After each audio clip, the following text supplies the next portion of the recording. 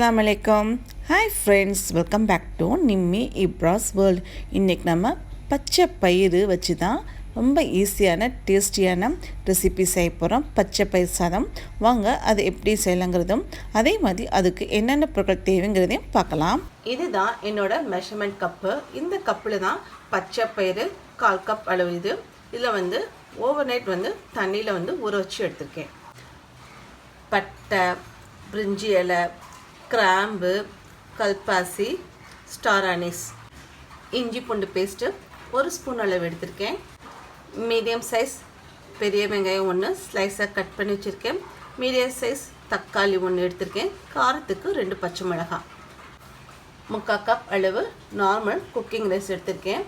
இதை ஊற வைக்க வேண்டிய அவசியம் கிடையாது. 2-3 தண்ணியில் அலசிட்டு நம்ம யூஸ் பண்ணிக்கலாம். புதினா கொஞ்சோன்னு, கொத்தமல்லி கொஞ்சோன்னு எடுத்திருக்கேன். மஞ்சத்தூள் 1/4 ஸ்பூன் அளவு. ப்ரெஷர் குக்கர் எடுத்திருக்கேன். அந்த ப்ரெஷர் குக்கரில் எண்ணெய் சேர்த்துக்கிறேன். எண்ணெய் நீங்கள் தேவையானாலும் சேர்த்துக்கோங்க. நான் 4 டேபிள் ஸ்பூன் அளவு எண்ணெய் சேர்த்துருக்கேன். இந்த எண்ணெயானது நமக்கு நல்லா சூடேறி வரட்டும். எண்ணெய் சூடேறுமே ஸ்பைசஸுக்கு பார்த்திங்களா, அந்த எல்லா ஸ்பைசஸுமே இப்போ சேர்த்துக்கிறேன். இதில் ஸ்பைசஸ் சேர்த்த கையோடையே பெரிய வெங்காயம் இதோட சேர்த்துக்கிறேன். வெங்காயம் சேர்த்து மிக்ஸ் பண்ணிட்டுக்கிறேன். வெங்காயம் கலர் மாறுங்க அவசியம் கிடையாது. லைட்டாக வதங்கி வந்தாலே போதும். வெங்காயம் லைட்டாக வதங்கி டிரான்ஸ்பரண்ட் ஆகுமே இஞ்சி பூண்டு பேஸ்ட்டு 1 ஸ்பூன் அளவு இதோடு சேர்த்துக்கிறேன். சேர்த்துச்சு அதே நல்லா கலந்துட்டுக்கிறேன். இஞ்சி பூண்டோட பச்சை வாசத்துக்கு நமக்கு லைட்டாக வதங்கி வந்தாலே போதும். கலர் மாறுங்கிற அவசியம் கிடையாது. இஞ்சி பூண்டு வதங்கி வரவுமே புதினாவும் கொத்தமல்லி இதோடு சேர்த்துக்கிறேன். சேர்த்துச்சு அதே நல்லா கலந்துட்டுக்கிறேன். இதை லைட்டாக நம்மளுக்கு எண்ணெயில் வதங்கி வந்தாலே போதும். அடுத்து தக்காளி 1, காரத்துக்கு பச்சை மிளகாய் 2 சேர்த்துக்கிறேன். உங்களுக்கு காரம் கூட வேணும் அப்படின்னா இன்னும் 2-3 கூட கூட சேர்த்துக்கிறேன். உங்கள் காரம் தண்டத்தில் சேர்த்ததுக்கப்புறம் லைட்டாக கலந்து விட்டுக்கிறேன். தக்காளி மசியணுங்கிற அவசியம் கிடையாது. தக்காளி வதங்கி வரவுமே ஓவர் நைட் ஊற வச்ச 1/4 கப் அளவு பச்சை பயிறு இதோடு சேர்த்துக்கிறேன். சேர்த்ததுக்கப்புறம் அதையும் நல்லா கலந்து விட்டுக்கிறேன். நான் பச்சை பயிறு சேர்த்த கையோடையே மஞ்சத்தூள் 1/4 ஸ்பூன் அளவு இதோடு சேர்த்துக்கிறேன்.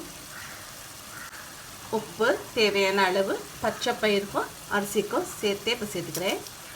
சேர்த்ததுக்கப்புறம் இதை நல்லா கலந்து விட்டுக்கிறேன். கொஞ்சம் நேரம் இந்த பச்சை பயிர் இந்த எண்ணெயில் நம்மளுக்கு வதங்கி வரட்டும். ஏன் அப்படின்னா இந்த பச்சை பயிரோட பச்சை வாசனை இருக்குது பார்த்திங்களா, அது நம்மளுக்கு தெரியாமல் இருக்கிறதுக்காக தான் எண்ணெயில் 2-3 நிமிஷம் நான் வதக்கி விட்டுக்கிறேன். வதங்கி வரட்டும். இந்த கப்பில் தான் நான் அரிசி அளந்தேன். ஸோ அரிசிக்கு 1க்கு 2ங்கிற அளவு தண்ணியும், பருப்புக்கு 3/4 கப்பில். ஸோ இது கொஞ்சம் நல்லா நம்மளுக்கு வெந்து நல்லா மசிஞ்சு கிடக்கணும். அதுக்காக தண்ணி இந்த கப்பில் 3/2 கப் அளவு நான் தண்ணி சேர்த்துக்க போகிறேன். அரிசிக்கு 2 கப் அளவும், பருப்புக்கு 1 கப் அளவும், அது போக நம்ம லைட்டாக குழஞ்சோணும். அதுக்காக 1/2 கப், மொத்தம் 3/2 கப் அளவு நான் தண்ணி சேர்த்துக்கிறேன். தண்ணி சேர்த்தாச்சு. தண்ணி சேர்த்து நல்லா கலந்து விட்டுக்கலாம். இந்த தண்ணியானது நம்மளுக்கு ஒரே ஒரு கொதி நல்லா கொதித்து வரட்டும். அந்தளவு ஃபஸ்ட் நான் இதை கொதிக்க வச்சு எடுத்துக்க போகிறேன். தண்ணி நல்லா கொதிச்சு வர ஆரம்பிச்சிச்சு. இப்போ நான் வச்சுருக்க அரிசியை இதோடு சேர்த்துக்கிறேன்.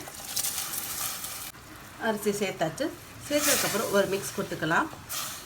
மிக்ஸ் கொடுத்துட்டு அரிசியானது ஒரு கொதி வரட்டும். ஒரு கொதி வரமே உப்பும் வரப்பும் போதுமான அளவாக இருக்கான்னு பார்த்துட்டு அதுக்கப்புறம் ப்ரெஷர் குக்கர் மூடி போட்டு முடிக்கலாம்.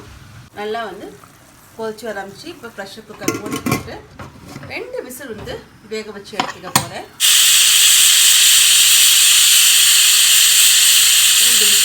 2 விசில் விட்டுருந்தேன். அதே மாதிரி ப்ரெஷரும் ரிலீஸ் ஆனதுக்கப்புறம் கப்புறம் பண்ணி பார்க்குறேன் எப்படி இருக்குன்ட்டு. நீங்கள் பார்க்கும்போதே தெரியும் உங்களுக்கு எப்படி இருக்குன்ட்டு.